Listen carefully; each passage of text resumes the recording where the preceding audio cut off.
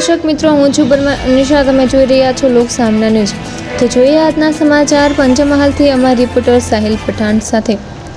પંચમહાલ જિલ્લામાં 12મા આંતરરાષ્ટ્રીય યોગ દિવસની ઉજવણી ઉત્સાહ અને ઉમંગ સાથે કરવામાં આવી હતી. ગોધરા સ્થિત પોલીસ પરેડ ગ્રાઉન્ડ ખાતે યોજાયેલા જિલ્લા કક્ષાના કાર્યક્રમમાં મોટી સંખ્યામાં નાગરિકો, યોગ સાધનો અને અધિકારીઓએ ભાગ લઈ સામૂહિક યોગા અભ્યાસ કર્યો હતો. સાંસદ રાજ્યપાલ જાદવની અધ્યક્ષતામાં યોજાયેલા આ કાર્યક્રમમાં યોગા ફોર હેલ્ધી એજિંગ એટલે કે સ્વસ્થ વૃદ્ધત્વ માટે યોગની થીમને કેન્દ્રમાં રાખી યોગના મહત્વ અંગે માર્ગદર્શન આપવામાં આવ્યું હતું. આ પ્રસંગે સાંસદ રાજ્યપાલ શ્રી જાદવે જણાવ્યું હતું કે યોગ માત્ર શારીરિક કસરત નથી, પરંતુ શરીર, મન અને ચેતનાને એક સૂત્રે બાંધતી પવિત્ર પ્રક્રિયા છે.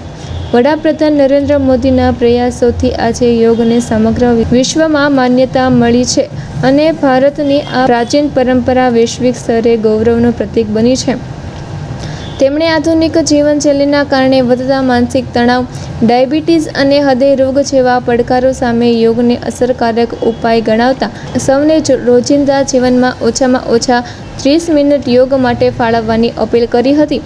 કાર્યક્રમમાં જિલ્લા પંચાયત પ્રમુખ નીરજભાઈ પટેલ, જિલ્લા અગ્રણી મયંકભાઈ દેસાઈ, જિલ્લા કલેક્ટર અજય દહિયા, જિલ્લા વિકાસ અધિકારી પ્રણવ વિજયવર્ગીય સહિત અનેક મહાનુભાવો, અધિકારીઓ અને યોગ પ્રેમીઓ ઉપસ્થિત રહ્યા હતા. સામૂહિક યોગા અભ્યાસ સાથે જોડાયેલા આ કાર્યક્રમ દ્વારા સ્વસ્થ અને સશક્ત સમાજના નિર્માણનો સંદેશ આપવામાં આવ્યો હતો. તો ફરી મળીશું એક નવા સમાચાર સાથે. ત્યાં સુધી જોતા રહો લોક સામના ન્યૂઝ.